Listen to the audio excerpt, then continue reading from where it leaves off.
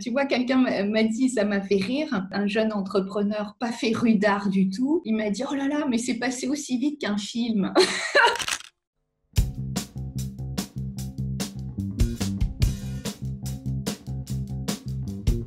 Pauline Ponce, j'accompagne des organisations, des entreprises, l'accompagnement au changement, l'innovation, la communication autour de l'art en fait. Je me sers du médium artistique pour amener les dirigeants et leurs équipes à échanger et à renouveler le regard qu'ils portent sur leur propre domaine. Nous avons une maison familiale en Anjou. C'est là que je me suis imaginée le mieux, confinée.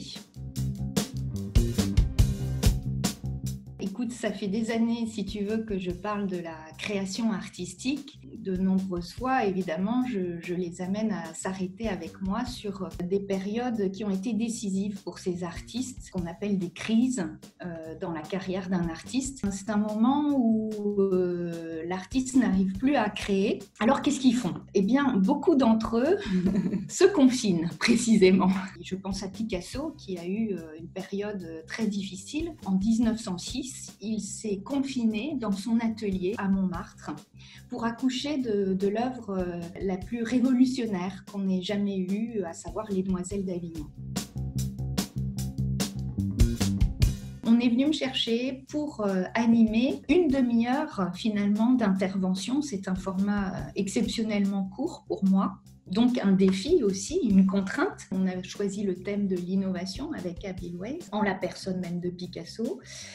Eh bien, non seulement ça pouvait être dit de manière comme ça assez brève, assez synthétique, mais que ça pouvait aussi du coup réveiller chez les auditeurs une prise de conscience différente.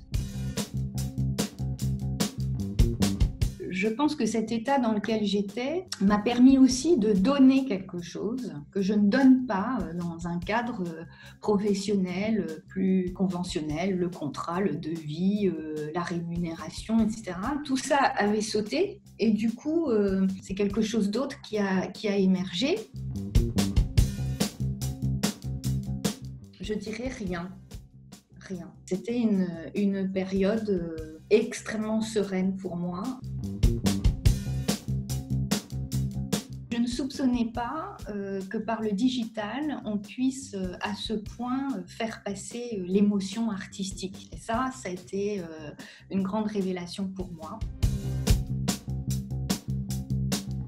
Alors, on le sait, hein, quand on est conférencier, comédien, on n'est pas toujours bon, ça dépend de l'état dans lequel on s'est levé. Et évidemment qu'en présentiel, je passe parfois par des petits moments que j'essaie de dissimuler. Hein. Ça, je ne l'avais pas avec Zoom. Je m'adresse à tout le monde. J'ai vu les limites, si tu veux, du virtuel à ce moment-là. Dans les tops aussi. C'est qu'en l'occurrence, je travaille depuis 10 ans, justement, avec 2 grosses organisations. Ces 2 associations se chargent d'accompagner des managers et des dirigeants sur l'année dans leurs problématiques en les ouvrant sur toutes sortes de sujets d'actualité. Ces organisations, souvent, nous laissent un peu le lead dans l'animation de la journée.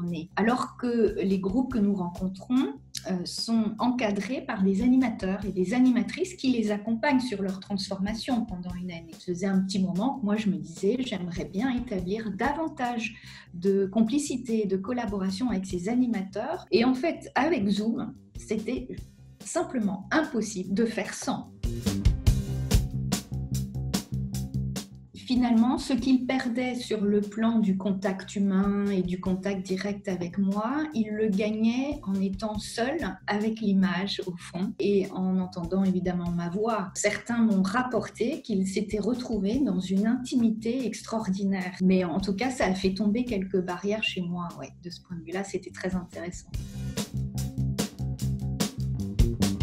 Alors, mon secret à moi, ça serait comment on peut faire, comme les artistes, s'accorder des mini-confinements. On arrête un petit peu la machine. Joie. Le lien, je pense que c'est ça. Je le prends comme une opportunité de gagner en équilibre de vie.